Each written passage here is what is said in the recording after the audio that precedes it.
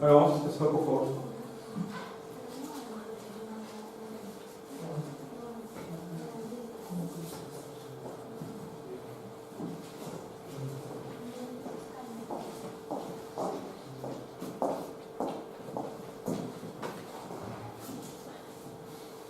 Pienso que quiero aprovechar para, cuando ustedes los van a pasar,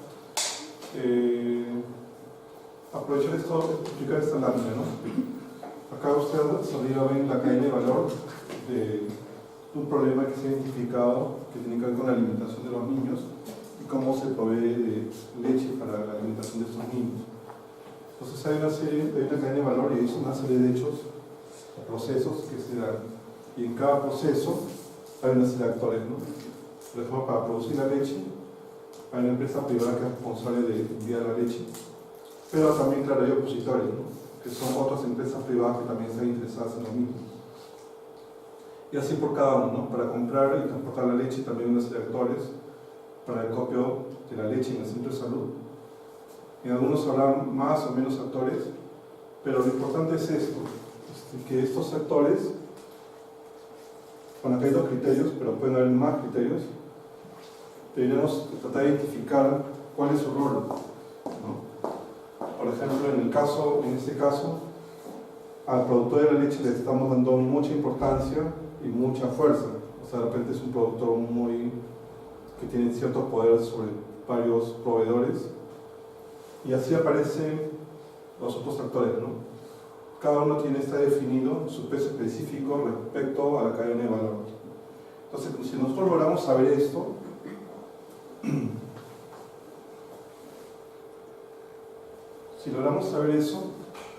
podemos componer una matriz de este tipo, donde están los tipos de actores, beneficiario, ejecutor, ponemos los actores, qué hacen, cuáles son sus intereses, pero también podemos ponerles un puntaje. Y este puntaje de alguna manera nos permite saber a qué actor podríamos primero dirigir, ¿no? Y con cuál armar una estrategia que nos permita resolver el problema, ¿no? En este caso, por ejemplo, el que nos sale más negativo es un político, por ejemplo, ¿no? Entonces, si a veces los políticos tienen cierta fuerza e influyen sobre las personas, pero dentro de este análisis pareciera que el político o los políticos que actúan sobre las madres no tienen tanta influencia. Entonces, por lo tanto, si yo estoy buscando solucionar el problema de la distribución o mejorar la alimentación de los niños y la distribución del programa Vaso Leche en este problema, parece que no sería tan adecuado conversar con un político, ¿no? Pero sí parecería muy adecuado hablar con la empresa privada que produce la leche. Entonces, a partir de eso uno puede definir la estrategia. No todos los actores tienen el mismo peso, y algunos son más y otros son menos influyentes. Entonces, la idea de identificar los actores no solo radica en saber cuál es su posición respecto a un problema y cuál es su interés, sino cuál es su peso específico en el problema. Si nosotros descubrimos eso, como lo que señalaba sobre el alcalde de Pisco, ¿no? Si sabemos eso, sabemos dónde está el problema dentro del problema, o sea, a quién tenemos que dirigirnos para solucionar ese problema, ¿no? Y ayuda bastante, como digo, para identificar una estrategia, ¿no? Hablamos ya con el proveedor de la empresa privada, ya no hablamos con todos los actores, o si hablamos con todos, a todos le vamos a dar una oferta de acuerdo a su rol dentro del problema. Es muy distinto el interés del político que el interés del funcionario de salud. Entonces, a cada uno le vamos a dar una solución complementaria para el problema. Eso era bueno. Lo otro que quería mostrarles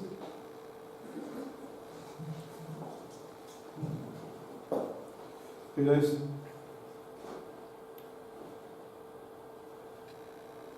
Que eso es una exposición que en verdad quería presentárselo como un adelanto de lo que presenté hace unos días en el Colegio de Arquitectos en Lima.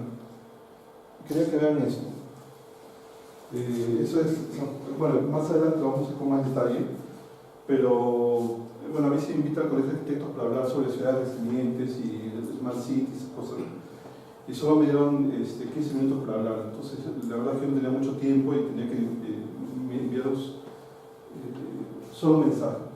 Para mí era solo enviar un mensaje de qué es una ciudad inteligente. Entonces, claro, no puedo hablar sobre domótica y una serie de cosas, pero eso es muy extenso. Entonces, yo no quería hablar, en verdad, no quería hacer un curso de ciudades inteligentes o de domótica o de estas cosas en el colegio, sino simplemente quería dar un mensaje desde mi punto de vista que es una ciudad inteligente.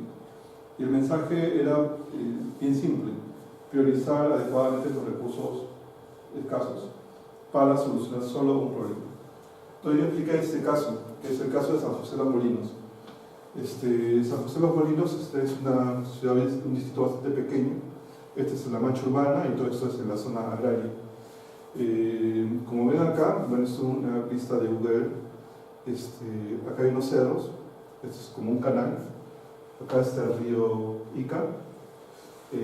San José de los Molinos está casi en la frontera de Ica con Huancavelica, entonces no está muy cerca de Ica, y entonces uno fácilmente por su ubicación, porque Huancavelica es como el nudo de la pobreza, puede inferir que en verdad el lugar es bastante pobre.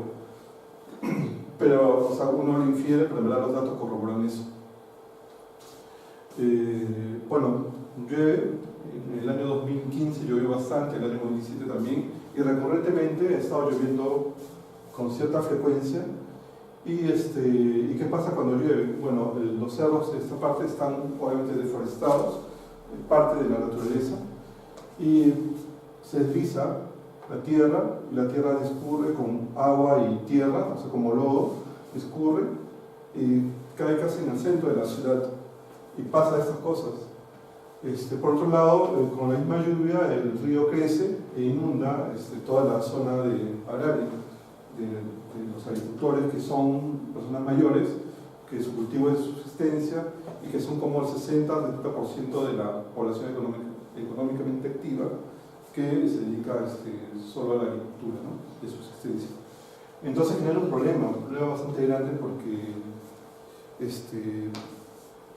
en verdad a la gente que es pobre le está poniendo en un ciclo de mayor pobreza, ¿no? Como digo, que recurrentemente está siendo afectado por lluvias intensas, y que su ciudad está en el centro, como en el cono de eyección de los lodos que discurren por como en ese canal, ¿no? Entonces, eso no parece ser muy inteligente. Si uno quiere aplicar una estrategia, o sea, uno puede hablar de domótica, eso es inteligente, si puede ir a un montón de lugares del país y con el mismo discurso. Pero en ese lugar en particular, como en muchos lugares, como dije en esa reunión, el 60% del país tiene un caso similar como este, de pequeñas ciudades, distritos, que están justo en los lugares donde con eyección de lodos y sedimentos que impactan sobre la ciudad y que son pobres, pues, ¿no? Entonces, uno puede hablar de ciudades inteligentes en este lugar, pero en verdad lo inteligente acá es una mala localización del lugar, de la ciudad, ¿no? Entonces, por eso es importante ir antes, o sea, no hablar de un problema, que sí, seguramente el uso de energía puede ser deficiente en ese lugar, pero antes de eso, en verdad, hay que hablar de la localización de la ciudad y de cómo se está asignando el recurso en este lugar. Lo otro que expliqué es que, claro, uno no puede hablar de ciudad sostenible en el distrito de San José de los Molinos, porque usualmente está pasando eso, pero la ciudad puede tener un índice de calidad de vida que, digamos, no necesariamente está mejorando, pero que dado un evento hace que su curva de desarrollo se vaya al tacho, digamos, ¿no? Y eso está sucediendo cada 2, 3, 4 años. Lo ideal sería que su curva, a pesar del evento, su curva de desarrollo siga creciendo, pero en San José de los Molinos eso no pasa, y más aún si las personas jóvenes siguen migrando y siguen quedando las personas mayores ahí. En el Perú usualmente pasa eso, que los recursos, cuando hay un evento cualquiera como estas lluvias y huaicos, pasa eso, ¿no? Que los recursos presupuestales se dan en la respuesta, o sea, cuando ocurre el evento, o se dan para la rehabilitación en mayor número, o en mayor número cuando se da para la reconstrucción. Muy poca plata se da para prevención. De hecho, hay 2 organismos que ven el tema de GRD en el país, o 3. dos ejecutores y uno que es el que promueve la GRD. Uno es el CNP y el otro es el INDECI. El INDECI ve gestión reactiva, o sea, ve respuesta y reconstrucción, o sea, ve después del evento, y más o menos maneja un presupuesto de 70 millones de soles. El CNPET, que es la que ve prevención, tiene un presupuesto más o menos de 10 millones de soles, entre 8, 10, 12 millones de soles.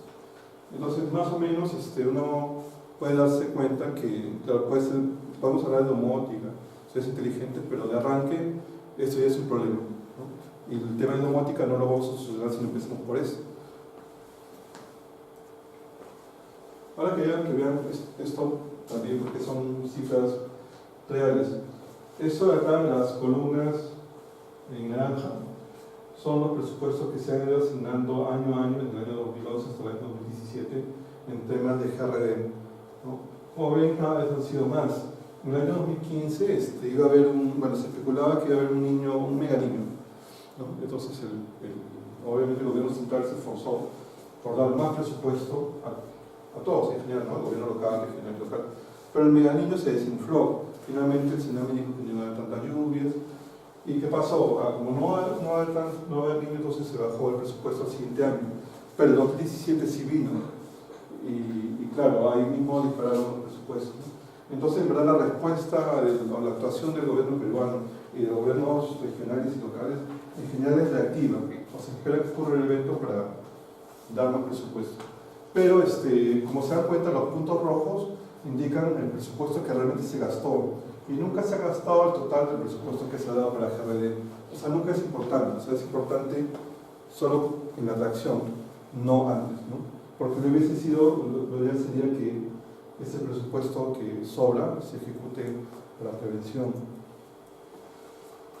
Bueno, es lo mismo, pero esto para el gobierno. Lo anterior era el gobierno nacional, el gobierno regional y local, los sumados.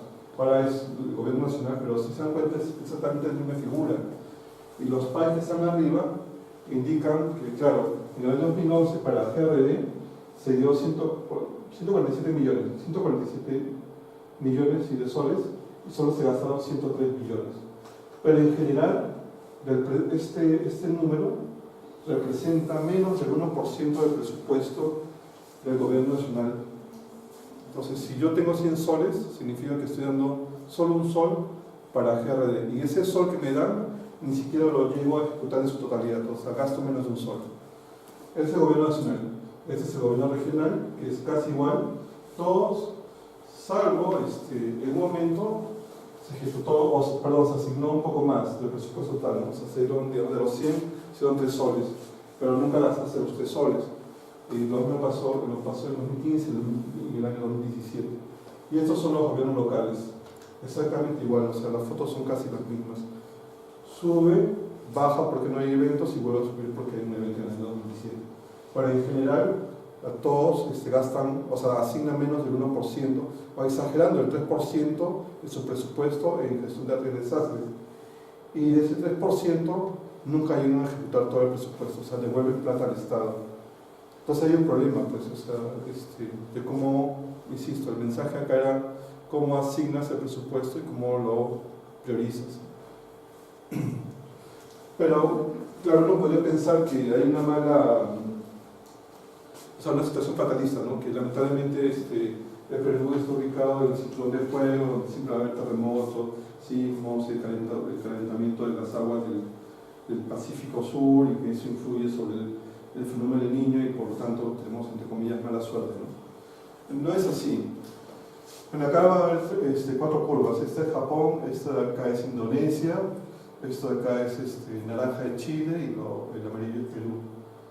Entonces acá lo que vemos es, en estas curvas, bueno, en este caso está el crecimiento de cada uno de estos países en el sector agrícola, y los puntos que hay en cada curva son eventos terremotos significativos que han habido en estos países.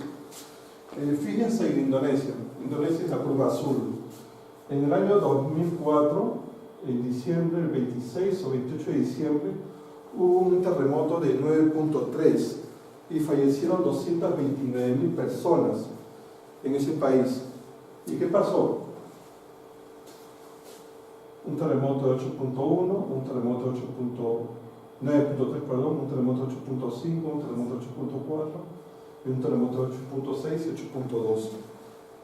Y el país ha seguido creciendo en el sector agrícola. Indonesia, el país ha seguido creciendo en el sector industrial. Ha seguido creciendo en el sector de fabricación y sigue creciendo en el sector de servicios. Ha seguido creciendo a pesar del evento.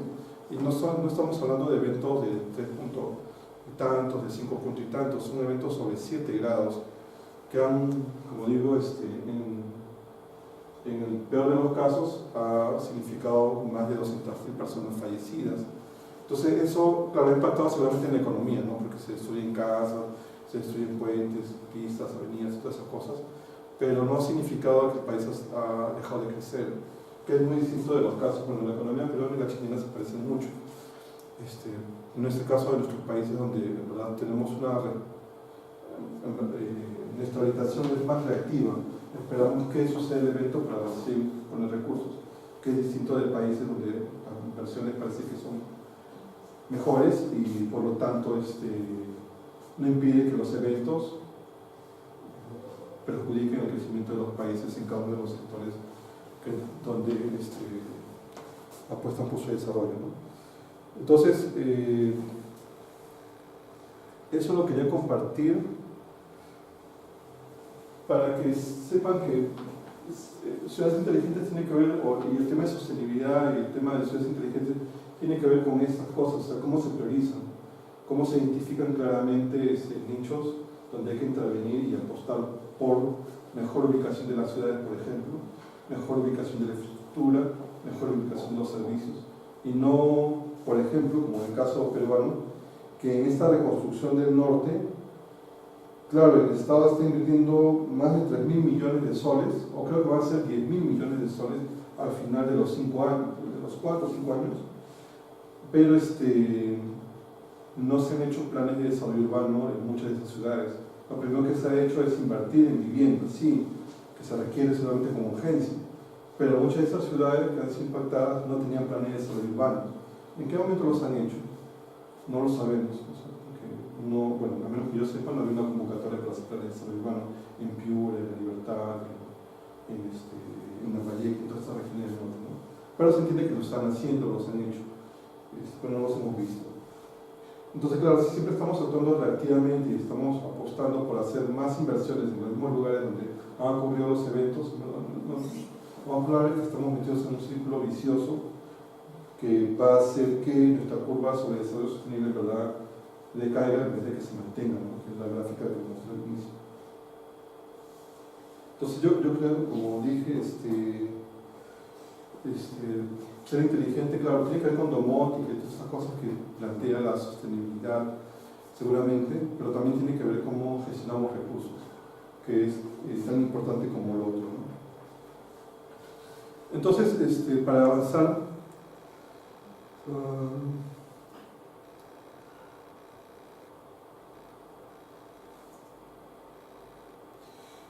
había un tema que había planteado antes de finalizar la primera parte. Primero, que siempre el tema de contexto, ¿no?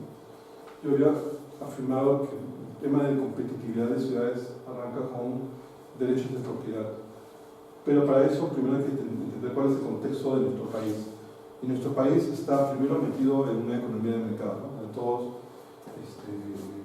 competimos. ¿Y qué significa la economía de mercado? ¿Alguien puede explicar así en términos generales? ¿Pueden dar una idea, por favor? ¿Qué significa que estemos dentro de una economía de mercado?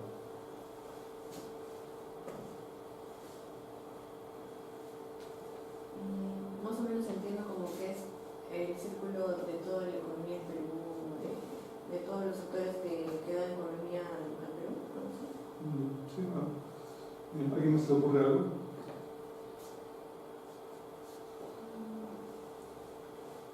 En términos generales, que por ejemplo los precios están dados por una libre oferta que se da en el mercado, no son precios que regule el Estado. Y claro, como no los regula el Estado, o sea, el Estado no puede decir que el celular cueste 1.000 soles, por ejemplo, ¿no? sino su valor está dado por una serie de valores que se dan en un mercado global. Por ejemplo, cuánto cuesta un chip en Taiwán, cuánto cuesta una carcasa en Japón, cuánto cuesta el software que se hace en Estados Unidos, todo eso que se opera a nivel global determina un precio que se da en un mercado global. Entonces nadie interviene sobre el valor de este artefacto, ¿no? Ni nadie interviene sobre el valor de este saco, por ejemplo, sino que el valor de ese precio, el valor de este saco está dado por las interacciones que se dan en el mercado, ¿no? Nadie interviene, nadie regula el valor del hilo, por ejemplo, nadie regula el valor de los botones, sino están dados por la interacción que se da en el mercado, el libre mercado. Entonces, pero este libre mercado, para que funcione adecuadamente, tiene que saber exactamente cuáles son los límites de cada uno. O sea, dónde empieza mi conocimiento para esta prenda, por ejemplo, y dónde empieza el conocimiento que opera sobre esta prenda de otro actor. Todo eso tiene que estar bien claro, porque si yo no puedo vender algo que no es mío, por ejemplo, ¿no? Yo solo vendo aquello sobre lo cual yo tengo un derecho, sobre aquello de lo cual tengo una propiedad. Entonces el Estado regula los derechos de propiedad. Supongamos que estamos en esta sala de hecho y digamos que el coordinador del diplomado toma la decisión que cada uno de ustedes va a ser dueño que todos nosotros somos dueños de esta sala, por ejemplo, ¿no? Que todos los sábados y domingos podemos venir a hacer acá lo que queramos, ¿no? En el horario y la hora que queramos, y lo que queramos, ¿no? Pero yo puedo venir a las 3 de la tarde y digo, bueno, a partir de 3 a 5 yo voy a dictar mis clases, junto a unos alumnos de mis clases. Pero tú puedes decidir que, no sé, pues de 1 a 10 de la noche vas a utilizar esta sala para estudiar, por ejemplo, ¿no? Y tú puedes decidir que vas acá, aprovechar que tienes la sala para, por ejemplo, hacer el bautizo o hacer una fiesta a partir de las 5 de la tarde hasta 10 de la noche. Entonces, como no está bien claro quién opera sobre este lugar, en verdad todos tenemos distintas posiciones sobre esto y distintos intereses sobre este espacio. O sea, podemos operar en el contexto del libre mercado, podemos hacer lo que queramos. Pero en el contexto del libre mercado, para que todo funcione regularmente, se requieren derechos de propiedad. O sea, que ella, yo y tú sepamos cómo va a funcionar este lugar de aquí en adelante, ¿no? Somos dueños, sí, pero vamos a darle un orden. Entonces tú lo vas a utilizar de 8 de la mañana hasta 1 de la tarde, yo de 1 de la tarde hasta las 5 de la tarde y tú de las 5 a las 10 de la noche, por ejemplo. Entonces hay un derecho, y ese derecho nos permite usufructuar el uso de este lugar. Si no existe ese derecho de propiedad, entonces se genera el caos y por lo tanto yo, tú, ella, cualquiera de nosotros no puede usufructuar, no puedo tener ganancias o utilidades de este lugar porque se genera un desorden. Entonces, en el contexto del libre mercado es importante el tema de derechos de propiedad, porque ordena un poco la economía y ese derecho de propiedad nos permite a nosotros generar riqueza. O sea, como tú ya sabes que puedes explotar esta sala de 8 a 1 de la tarde, bueno, programas todas tus actividades de 8 a 1 y cobras por esa actividad de 8 a 1. Pero si no hubiese este orden, claro, tú puedes programar tu actividad de 1 a 5 de la tarde y vas a colisionar con mi actividad. Entonces finalmente luego somos perjudicados porque yo quiero hacer una actividad y tú quieres hacer actividad, ni yo puedo ganar ni tú puedes ganar, porque quien viene a prestar atención a ti finalmente se distrae con lo que yo hago. Lo mismo pasa con los que vienen a verme a mí, ¿no? Entonces exactamente eso pasa en un territorio y si no se da ese orden de derecho de propiedad, finalmente el territorio se vuelve poco sostenible.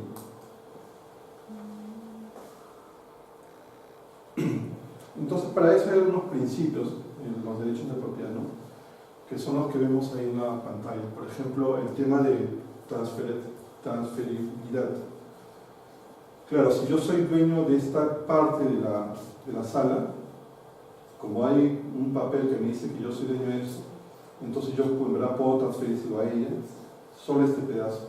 Pero si no tuviese clara la frontera entre lo que es mío y lo que es tuyo, entonces yo no sé cuánto puedo transferirle a ella. Puedo decirle, sí, úsalo, pero ella no sabe cuánto va a poder usar. No sabe las reglas que tú tienes sobre este espacio. Entonces, el derecho de propiedad tiene que ser transferible. Una de sus características es que es transferible.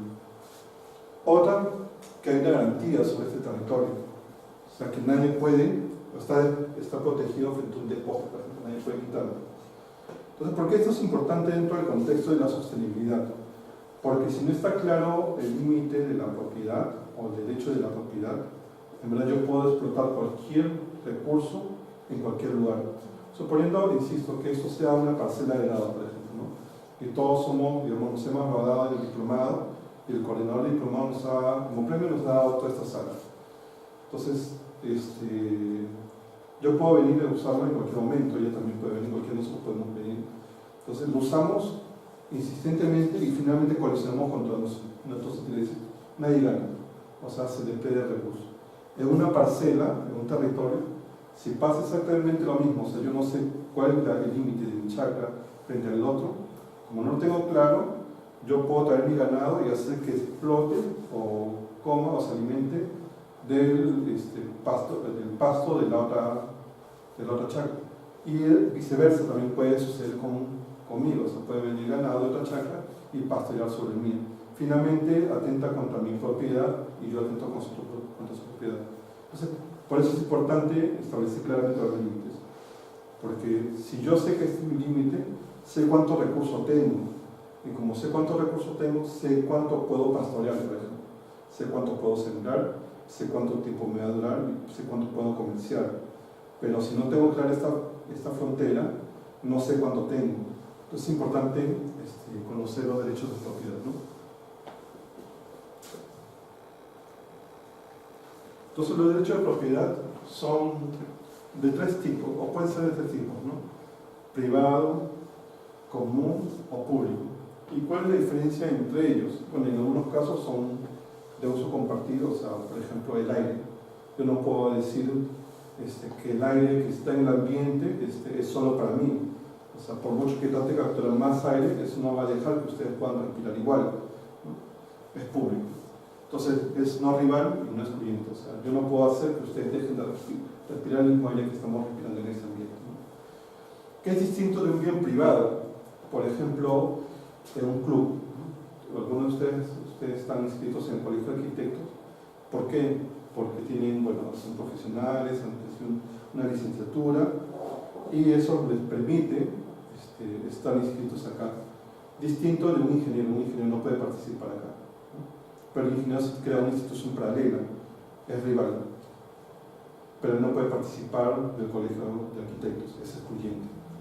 Entonces, claro, si uno va, por ejemplo, a una playa, o un condominio que tiene una playa, por ejemplo, playa privada.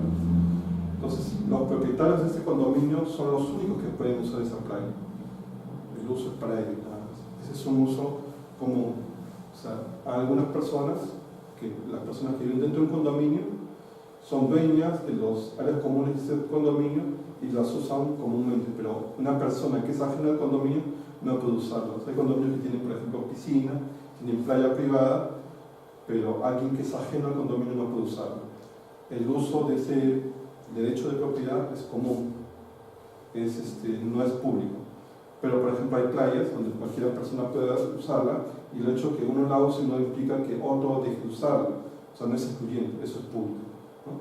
Entonces, hay distintos tipos de propiedad: público, privado y común.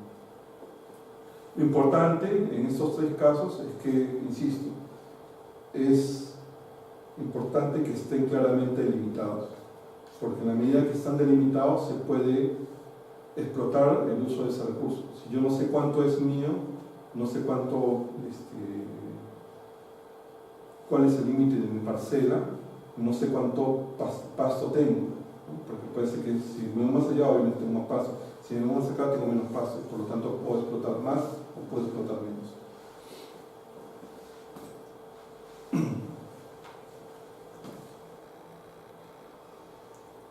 Ahora, claro, uno puede decir, ¿eso qué tiene que ver con competitividad? Que es un poco lo que preguntaba su amigo, que ya no está, con el curso, ¿no? Tiene que ver mucho, porque lo que explicaba antes, ¿no? O sea, en la medida que uno se genera más derechos de propiedad, puede ser más competitivo que otro lugar. O sea, en la medida que mi dominio está más claro, puedo explotar o explorar más un recurso.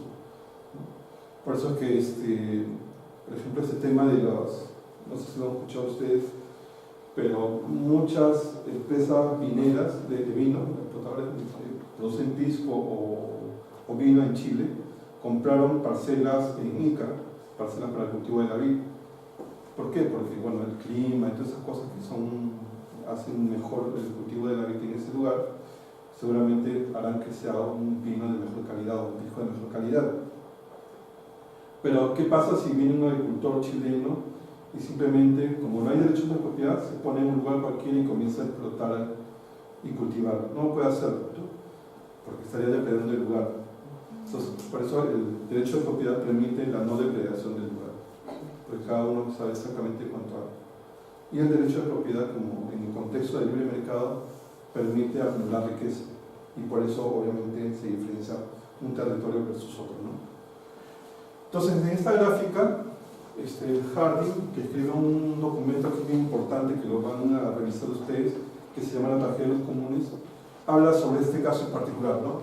Sobre un lugar donde no hay límites y donde cada pastor, con la idea de que no hay fronteras, explota, hace que sus ovejas pastoreen en este lugar, ¿no? Claro, yo soy un pastor, en el contexto de Harding, él dice, yo soy un pastor, y como no hay una frontera, yo llevo mis ovejas a ese lugar que pastoreo.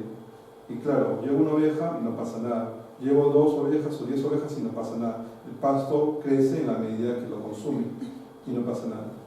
Pero el pastor de la chacra vecina piensa exactamente igual. O sea, viene una oveja, pastorea y no pasa nada. Vienen 10 ovejas y no pasa nada. Pero si los dos siguen pensando exactamente igual, obviamente ya no son 2 o 10 de cada uno, sino son exactamente igual, ¿no? 20 o 40 ovejas que están pastoreando en el mismo lugar, y por lo tanto la velocidad de recuperación del pasto en ese lugar va a ser cada vez menor, porque se está duplicando o exacerbando el uso de un recurso. Entonces, eso llevado a otra escala, por ejemplo, pasa en la ciudad. No sé si pasa acá, pero por ejemplo en Lima, en Santiago de Surco, es un distrito de más o menos gente acomodada, y es un lugar donde el valor de suelo es bastante alto, y construir ahí es bastante caro, y los departamentos que se venden ahí son bastante caros. Pero ¿qué ha pasado? Claro, hay un lugar privilegiado en Surco, donde se han construido muchos edificios, claro, pero el servicio de agua cada vez es menor, porque claro, la tubería de agua que conecta esa parte del centro de Surco era una tubería que tenía cierta dimensión, pero como ese lugar es privilegiado por la vista que tiene sobre el paisaje, es una parte alta, obviamente tienen que ensanchar la tubería para que cada vez pueda alimentar a más edificios que están en ese lugar. Pero en la medida que hacen más edificios, tienen que ampliar más la tubería. Pero no va todo a la par, no va a la misma velocidad. Y por lo tanto hay una exacerbación de la explotación del recurso suelo, y por lo tanto el recurso se depreda. ¿Quién se perjudica? Finalmente los que compran las viviendas en esos departamentos que son caros, ¿no? Paradójicamente ese lugar sigue siendo caro, porque cada vez es más caro también llevar el agua a ese lugar. Todo se vuelve muy caro y es un ciclo vicioso, ¿no? Para vivir en este lugar, solo pocas personas pueden comprar un departamento en ese lugar, ¿no? Entonces, a lo que quiero llegar es que cuando no hay un límite claro en el uso de los recursos, finalmente el recurso se depreda. Entonces, por eso Harding plantea que en el caso del pastoreo, lo mejor sería, claro, delimitar claramente cuáles son los usos para cada pastor, para que cada pastor sepa exactamente cuánta tierra tiene, cuánto pasto tiene, y por lo tanto sepa con qué velocidad sus ovejas lo consumen y con qué velocidad el pasto se recupera. Y a la medida que se recupera puede traer más o menos ovejas para que el recurso se mantenga. Pero si él no tiene la frontera clara, él va a seguir explotando el recurso, y el otro vecino igual, y por lo tanto el recurso va a depredar. ¿Se entiende la figura? No se entiende. No se entiende. Es una cosa algo así como cuando uno sabe, cuando uno le regalan algo, como es de fácil acceso, uno no le da el valor adecuado a las cosas que le regalan. Pero cuando uno sabe el valor de las cosas que le regalan, es más difícil deshacerse de eso, porque tiene un valor. Entonces, en el caso de de los recursos naturales que plantea Harding como la tragedia de los comunes, él señala que en la medida que yo sé cuánto tengo, o sea, porque tengo claramente definido mi límite, sé cuántos recursos tengo. O sea, si yo tengo mi límite definido, sé cuántos recursos tengo. Y como sé cuántos recursos tengo, sé cuántos recursos consumo, porque yo no puedo consumir lo que esté contrario. Yo tengo mi parcela, digamos, de 1 hectárea y sé que produzco, digamos, 100 zanahorias. Y yo como, digamos, 10 zanahorias por mes.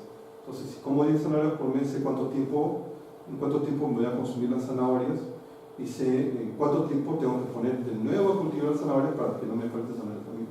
Porque tengo claramente definido mi límite. Pero si yo no tengo definido mi límite, yo consumo 10 zanahorias, puedo plantar 10 zanahorias acá o 100 zanahorias acá y puedo plantar 100 zanahorias allá. Puedo plantar 100 zanahorias en cualquier lugar y por lo tanto siempre puedo tener zanahorias. Pero eso es en perjuicio de otro, porque otra persona también puede pensar exactamente lo mismo e invade mi propiedad. Entonces estamos duplicando el cultivo de la zanahoria y por lo tanto el suelo es más difícil de recuperarse, ¿no? ¿Se entiende ahora la figura? Es como, por ejemplo, ponerlo más sencillo. Si ustedes se compran, digamos, me compro un suéter, ¿no? O este saco. Y ese saco, claro, está hecho para una persona que lo usa, digamos, una semana, ¿no? Si yo agarro y, bueno, mi hermano no tiene un saco, yo se lo presto, van a ser 2 personas que usan la misma prenda. Ya no la vamos a usar una vez a la semana, sino la vamos a usar 2 veces en la misma semana. Por lo tanto, la prenda se va a depredar más rápidamente que cuando la compra una persona. Entonces, eso tiene que estar bien claro, o sea, el tema de los límites. En la medida que uno conoce los límites de la propiedad y tiene derechos de esa propiedad, sabe cuántos recursos tiene y cuántos recursos puede explorar y cuántos recursos puede explotar. Si no lo sabe, claro, es un problema, porque no puedes valorizarlo, por ejemplo. Yo no puedo saber, mi hermano no podría saber si este saco finalmente es suyo o es mío, y no sabría si usarlo o no usarlo. Él no sabe si yo lo uso de repente 3 veces a la semana y él solo está contando la vez que lo uso, por ejemplo. Pero de pronto va a encontrar que el saco está más viejo, porque obviamente yo lo usé más veces que él. Entonces lo ideal es saber cuáles son los límites para saber cuánto tiempo, cuántos recursos tengo, cuánto tiempo requiere su recuperación y cuánto puedo seguir usando, ¿no? Es importante eso que plantea Harding para el tema de extracción, exploración, explotación del recurso, ¿no? Más aún, si tenemos que darles precio a un bien, a un recurso natural, ¿no?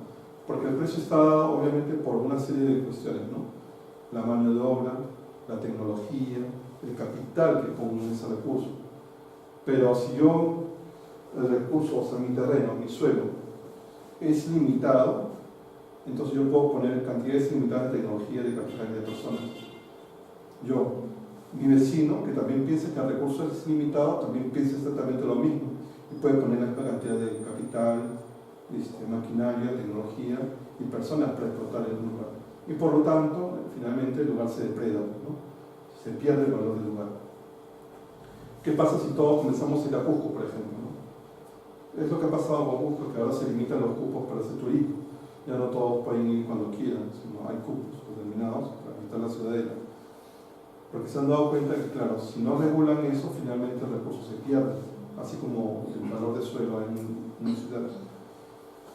Entonces es importante los derechos de propiedad. ¿Les queda más claro?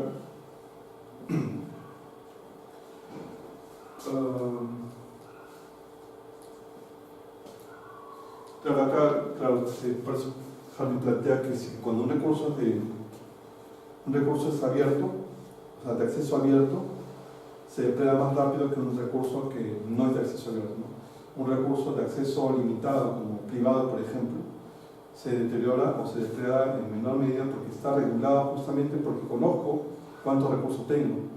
Pero cuando el recurso es de acceso abierto, o sea, es ilimitado, obviamente lo exploto, y como otros piensan exactamente igual que yo, también lo explotan, y por lo tanto el recurso se pierde más rápidamente que un recurso en un acceso limitado, ¿no? O de acceso cerrado. Entonces él dice que ese acceso abierto es la tragedia de los comunes. O sea, el acceso abierto es la tragedia de los bienes que son comunes, ¿no? Entonces lo mejor es que haya accesos limitados para los recursos, para que haya un mejor control del uso de un recurso. Entonces, ¿eso qué tiene que ver con ciudad sostenible? Ustedes dirán, ¿tiene algo que ver? Un ejemplo de que pasa en la ciudad donde pensemos que hay un recurso de acceso abierto y que por lo tanto se depreda. ¿Se les ocurre algo?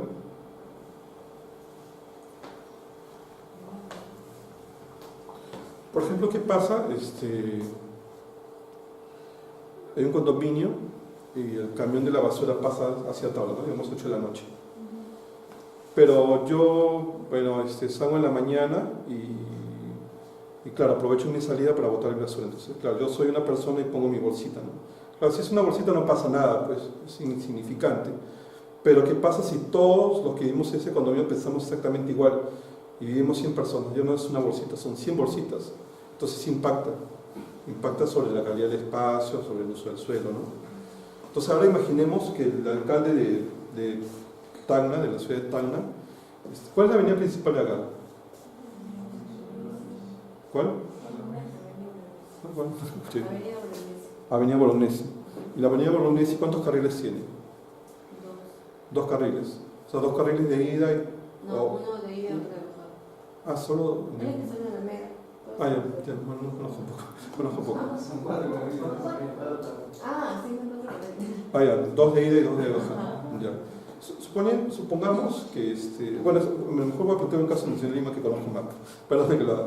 Pero en Lima está la Javier Prado, que es una avenida bastante ancha, y siempre se ha procurado ampliar los carriles de la avenida Javier Prado. Y esto obviamente cuando los amplía, hace en detrimento de la berma central, que es una berma de área verde, donde hay unos arbolitos, ¿no? Entonces, claro, lo que hace el alcalde, ¿verdad? Lo que se procura cuando se amplían los carriles es que haya un mayor flujo en la avenida Javier Prado. Claro, si uno se da cuenta y uno ve Google Maps, digamos, claro, está en